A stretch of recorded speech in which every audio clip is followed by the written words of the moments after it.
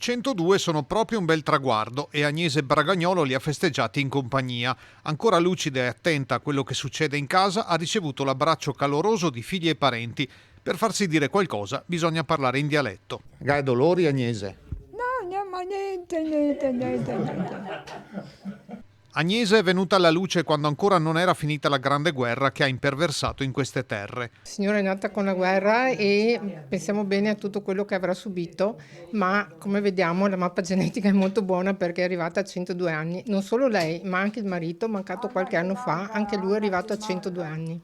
Il marito Pellegrino è morto nel 2014 e con lui ha costruito casa in quartiere San Vito. Dal matrimonio sono nati Giuseppe e Gianfranco. Questa è una grossa soddisfazione anche perché la mamma sta bene. Esatto. Ecco, abbiamo Se grosse continua, vediamo. possibilità di A 110 come signore di San Vito.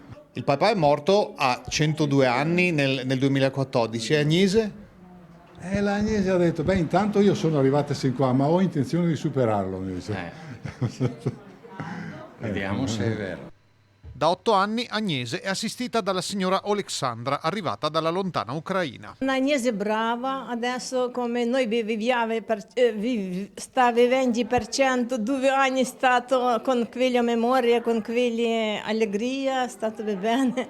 Tanti auguri